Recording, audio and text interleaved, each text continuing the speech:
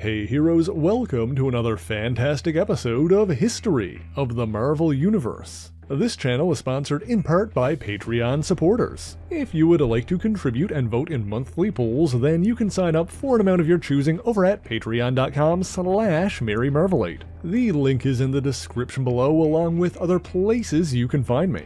Previously on the channel, we have talked about how 1 million years ago, the gigantic space gods, known as Celestials, visited the Earth and experimented on the ancestors of mankind. This is typically relevant because it resulted in the creation of the nigh-immortal beings known as the Eternals. But the hominids that were experimented on by the celestial Zirin the Tester became the first of a structurally unstable but genetically diverse race called the Deviants.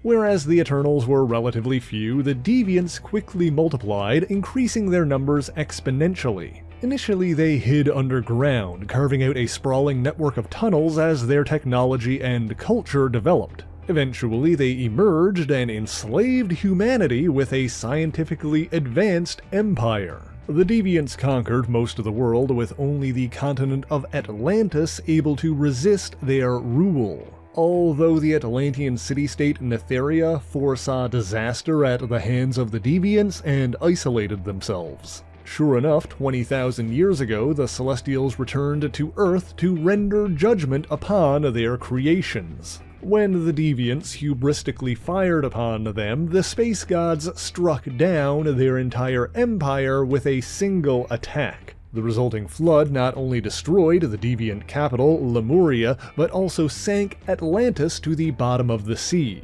The denizens of Netheria survived this Great Cataclysm beneath an impenetrable dome shield, but their city began to sink as well. Over the following years, it came to rest in a deep sub-sea cavern where it was eventually renamed Netherworld.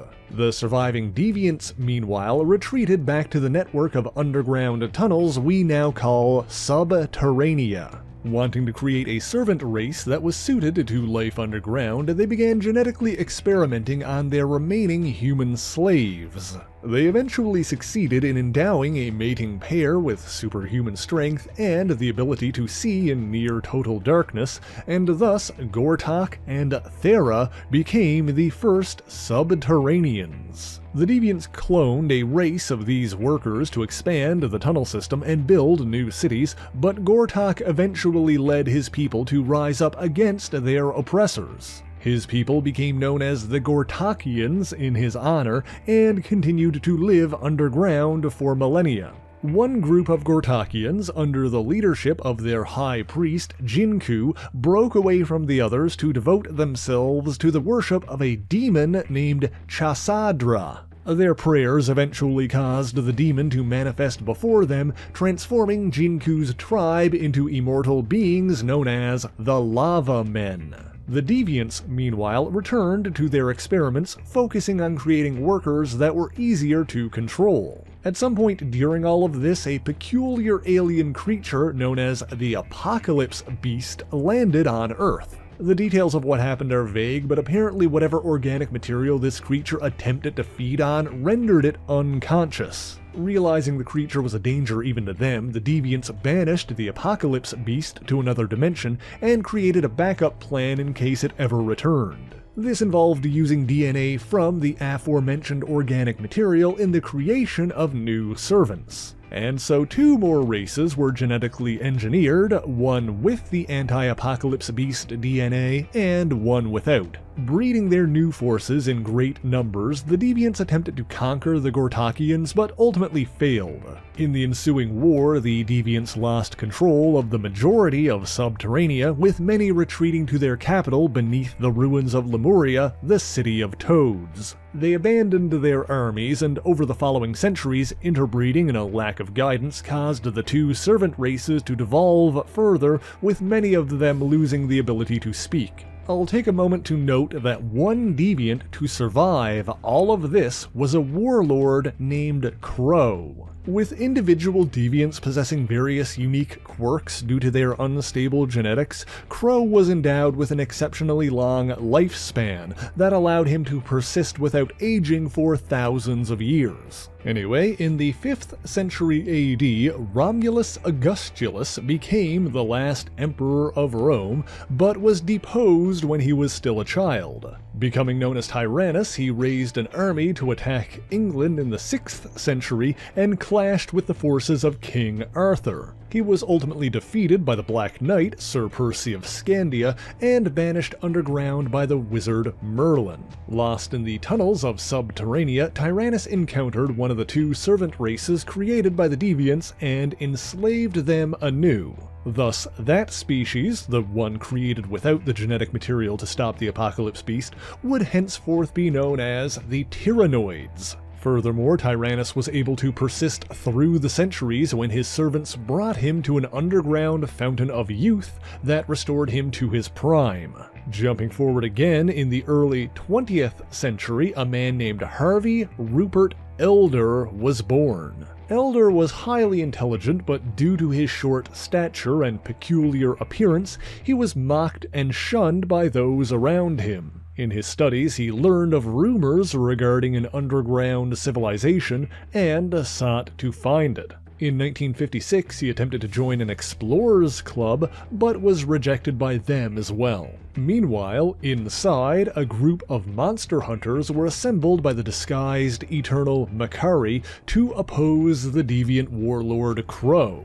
During this time, Crow was using mutated creatures created by the Deviants to secretly launch attacks on humanity. His base of operations during this campaign was the aptly named Monster Island, located in the Sea of Japan. When Harvey Elder snuck back into the Explorers Club, he overheard the monster hunters discussing one of Crow's mutates, the giant simian Gorgilla. Elder was soon discovered, and one of the adventurers, the sorceress Dr. Druid, used hypnosis to convince him to ignore what he saw. However, his memory was jarred when Gorgilla arrived in New York City, and Elder recognized him on the news. The monster hunters ultimately halted Gorgilla's rampage and freed him from Crow's influence, making him more docile. Meanwhile, Harvey Elder watched and suspected that the other explorers were trying to hoard the glory that was rightfully his. When the monster hunters sought to return Gorgilla to its natural habitat,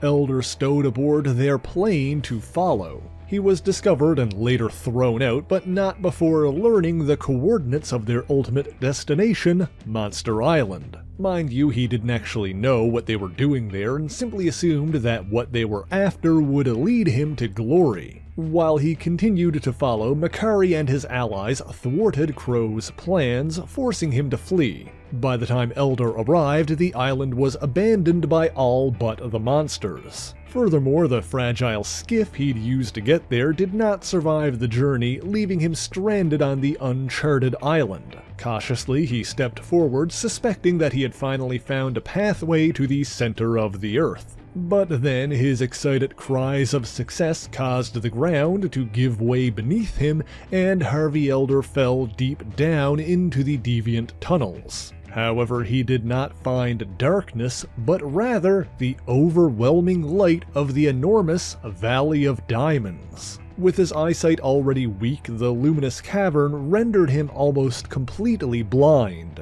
Unwilling to give up, he continued to explore the caverns and came upon the Deviants' abandoned servant race. As we mentioned, Tyrannus took control of one of the obedient races and named them the Tyrannoids. And so while Harvey Elder dubbed himself the Mole Man, his servants became known as the Moloids. Not only did he learn to manipulate and control abandoned deviant technology, but also the monstrous mutates they'd created.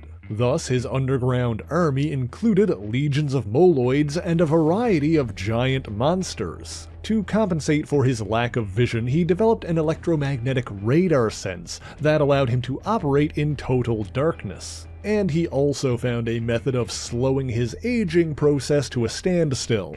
In addition to the original in the Sea of Japan, he also found a second monster island in the Caribbean.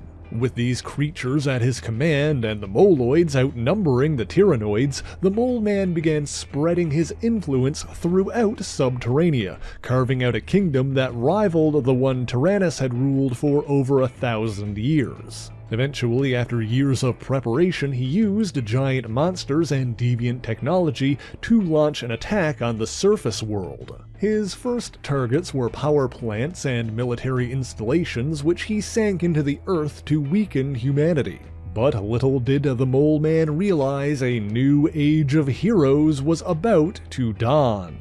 Just weeks prior, a foursome of adventurers were endowed with superhuman abilities and dubbed themselves the Fantastic Four. The heroes investigated the mysterious attacks, their leader, Reed Richards, tracking their quarry to Monster Isle. There, they encountered the Mole Man's monsters and stumbled upon the entrance to Subterranea. They also met the Mole Man himself and learned the basics of his origins and ambitions. And thus, Harvey Elder, the small, peculiar-looking man, became the very first supervillain in the Marvel Age of Heroes. The FF attempted to capture him, but the Mole Man escaped and retreated underground. The heroes sealed the Caribbean passage to Subterranea, and that particular monster island was destroyed. However, the Mole Man's underground kingdom was far more vast than they suspected. While he continued plotting, more and more heroes emerged and sometimes clashed with other Subterraneans.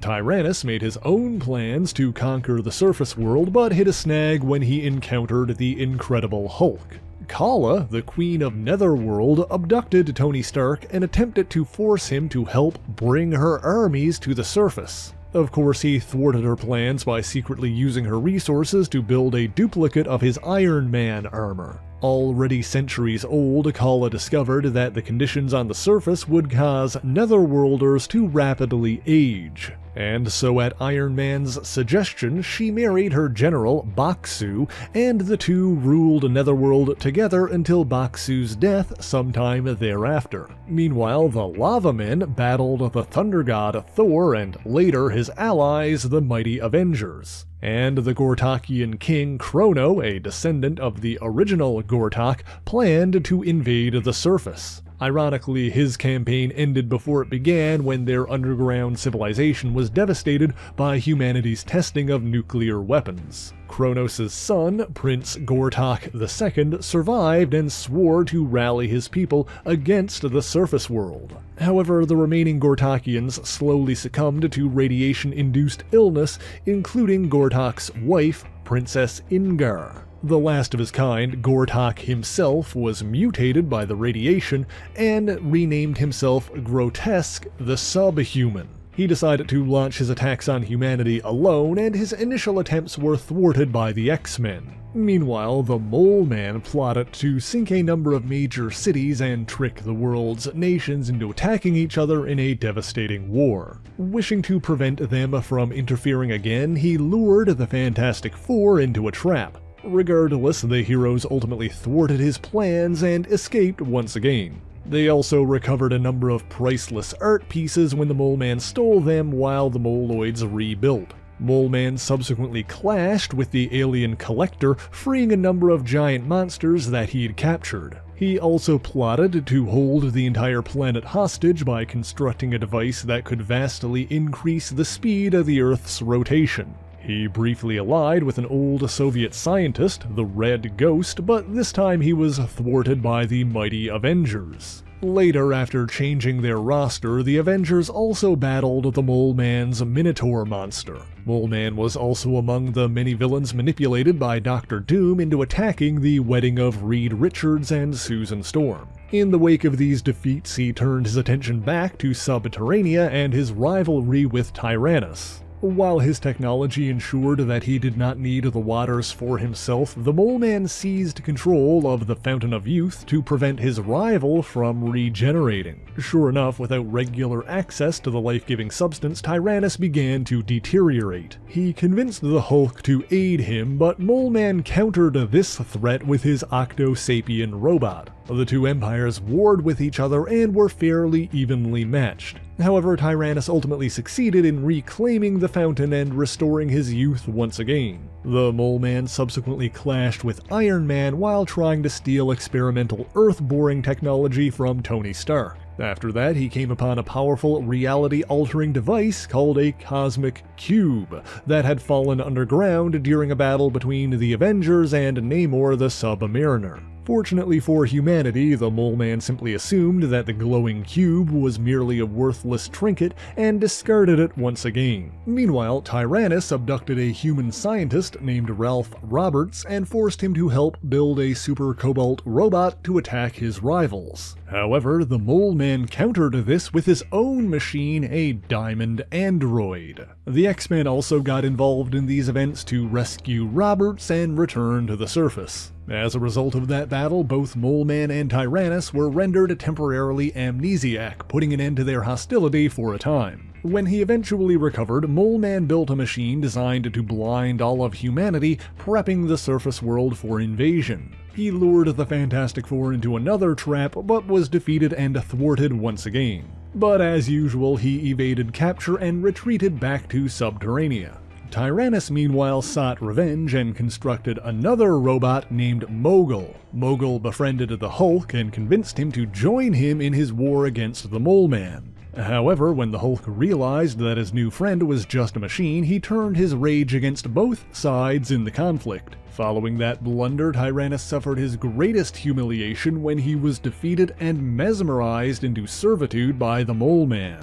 Mole Man then forged an alliance with the Netherworld Queen Kala, who seemingly agreed to a marriage to unite their kingdoms. But truthfully, in the wake of King Baksu's death, Kala was banished from Netherworld for her failures and needed the fountain to maintain her youth. Furthermore, she would have preferred to ally with a more attractive Tyrannus and freed him from the Mole Man's control. However, Tyrannus was unwilling to share his throne with anyone and betrayed her. The Fantastic Four also interfered in that battle, causing both Tyrannus and Kala to flee. The Mole Man largely came out on top in that encounter, retaining control over the majority of Subterranea, including the Fountain of Youth. However, he lamented the fact that he would have to continue his rule alone.